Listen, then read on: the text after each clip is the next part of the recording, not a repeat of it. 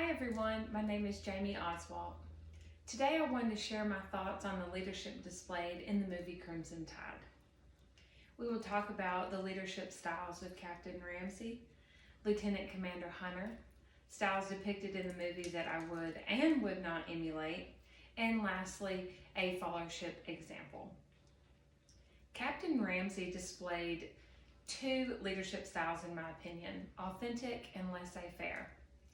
Captain Ramsey never asked for advice before or after barking any orders. He was very transparent, most times too transparent in his thoughts and opinions, and he also abused this style to yell and use demeaning language. And those are examples of authentic leadership.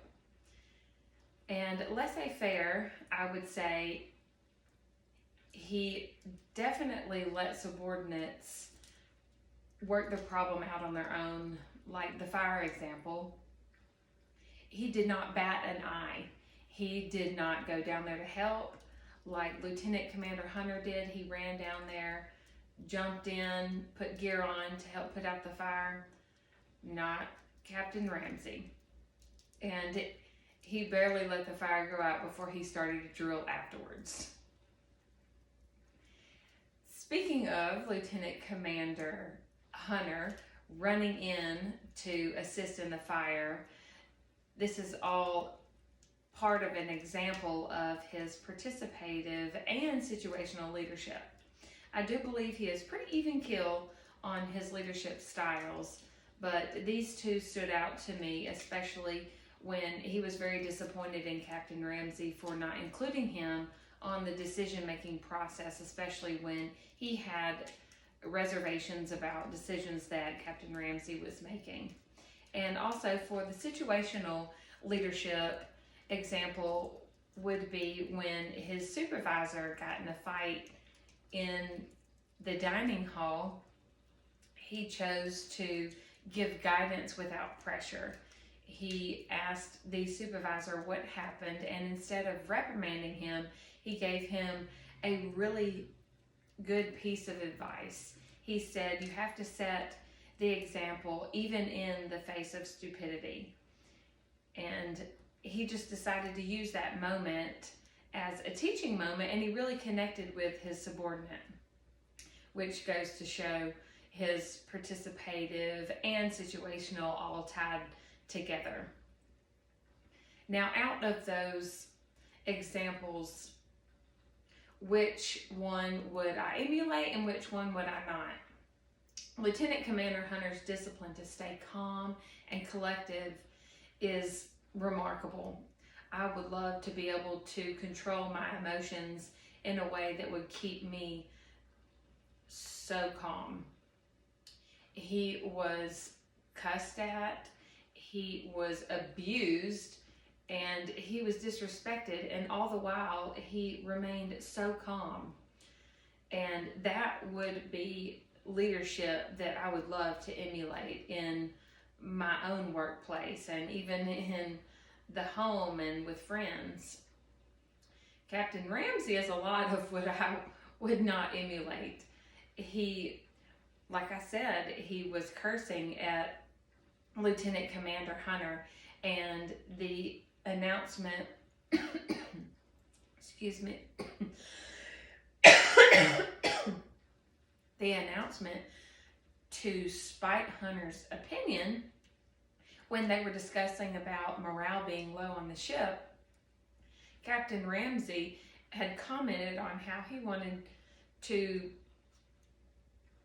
put a boot in the employees or subordinates' rear end to get them motivated, and Hunter thought quite the opposite. He said, or maybe a pat on the back, that stakes are high, stress is super high, potential nuclear war, and these guys could really use some encouraging words.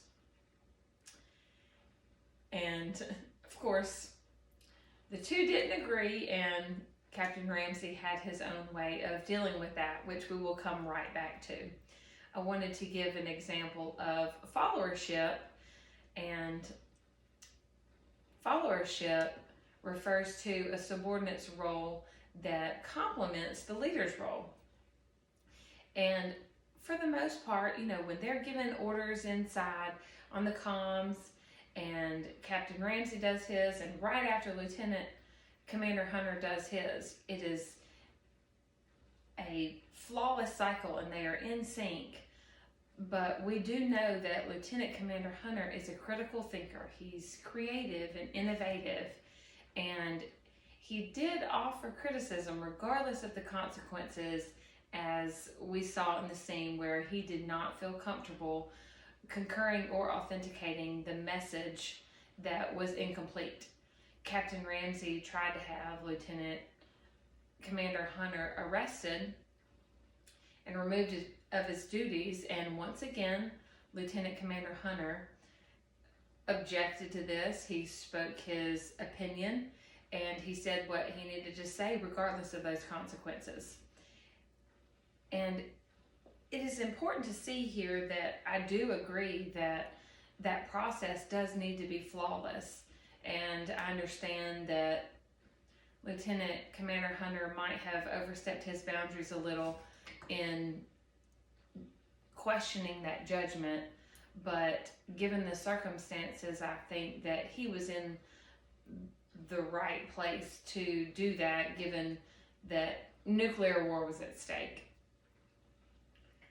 But back to the announcement where Captain Ramsey wanted to put a boot up the employee's rear end to get them motivated.